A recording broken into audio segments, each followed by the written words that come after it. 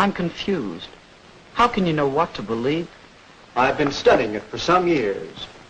Propaganda often persuades us to help our fellow men. Propaganda can also be used for peace. So you see, Chuck, propaganda is important. Well worth any time you give studying it. I see that. But how can you study it? Well, you can begin by investigating the techniques of propaganda. Here, I've listed some of the main ones.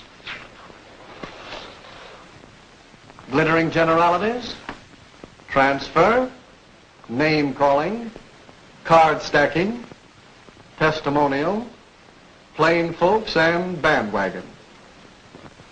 You'll find these techniques used in many places, in many ways, for many different purposes. Your job is to recognize them when you see them. My first job is to understand what they mean. What is a glittering generality? Well, let me see. That headline you were quoting, a victory for good government. Good government is a phrase we use many times during the campaign. We said the mayor stood for good government and promised good government. But it's true, isn't it? What's true? What does good government mean? Is the mayor's idea of good government the same as yours? I see. It's a glittering generality. One of the best. There's another. Yes.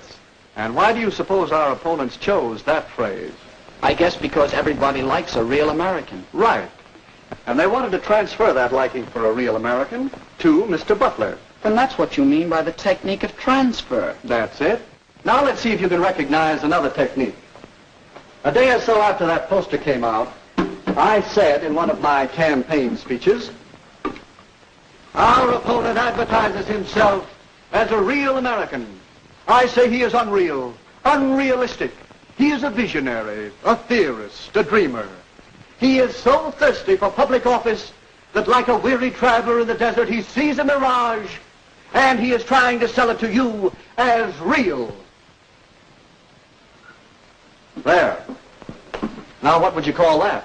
That's name-calling, visionary, theorist, dreamer. That's right. And those are very polite names. But now I want you to listen to something else. For my collection of propaganda materials, I've made a special record of part of one of Mr. Butler's radio speeches. Mayor Cooper asks that he be judged by his performance in office. Very well. Let's ask him who was mayor when the municipal waterworks fell into such a state of disrepair that the whole town was without water for 2 days. Let's ask him. But no, let's not. It might embarrass him. You recognize the technique? No, I don't. It's a tricky one. Is it true about the waterworks? Partly true. That's what we call card stacking.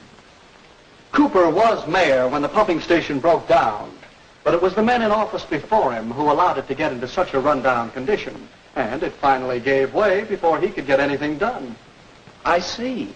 And card stacking is choosing some facts and leaving out others and arranging them to suit your purpose.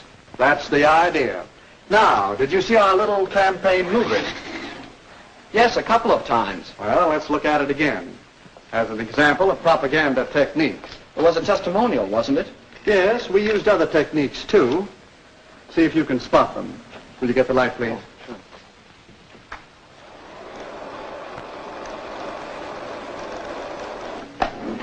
Land sakes.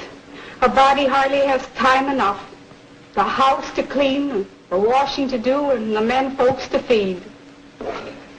They like their chocolate cakes, too. But I do want to take time to tell you that I've known Dick Cooper ever since he was knee-high to a grasshopper. He comes of a good, respectable family, just as honest as the day is long. And he knows our town. He's one of us. That's why I'm going to vote for Mayor Cooper. And all my friends are going to vote for him, too. We'll stop a minute, Chuck. Recognize the technique? That must be what you call plain folks. That's right. You'll find many versions of the appeal based on the common man, the man on the street, log cabin to president.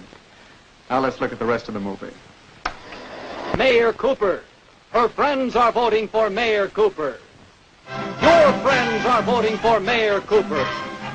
The people know what they want, and what they want is Mayor Cooper. Don't you be left behind. Get on board the Victory Special.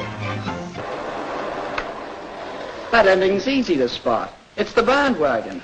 Yes, the propaganda we've been talking about is easy to detect. But a great deal of propaganda is much more hidden, much harder to detect. That's what's bothering me. Even in a small local election, there's so much propaganda. That poster, a real American. It uses a transferred device. Does that mean it isn't true? Not necessarily. Evaluating propaganda isn't that simple. Recognizing the technique is one step. Another step is to know the purpose. What is the purpose here? That's easy. To get people to vote for Butler. Yes, to persuade people that Butler is the better man, to move them to vote for him.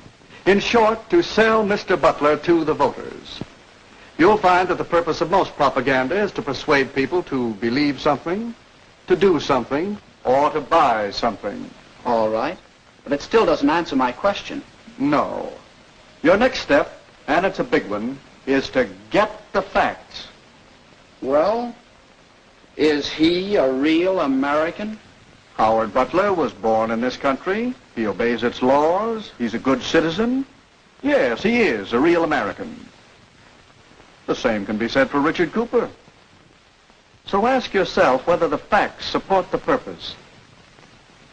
Do they support the transfer of feeling from real American to Mr. Butler over Mr. Cooper? No, I guess not. Well, that's your fourth step. Weigh the facts against the purpose and the technique. I think I understand. To know whether propaganda is good or not, whether it's true or not, I should know the purpose, recognize and judge the purpose and technique. Don't come to a campaign manager. I might opposition. Well, that's all right. Whenever you're tracking down propaganda, get as many different points of view as you can. Do you know something? What? I think that it might be interesting to make a really serious study of propaganda. Your study of propaganda is important not only to you, but to me and to the world.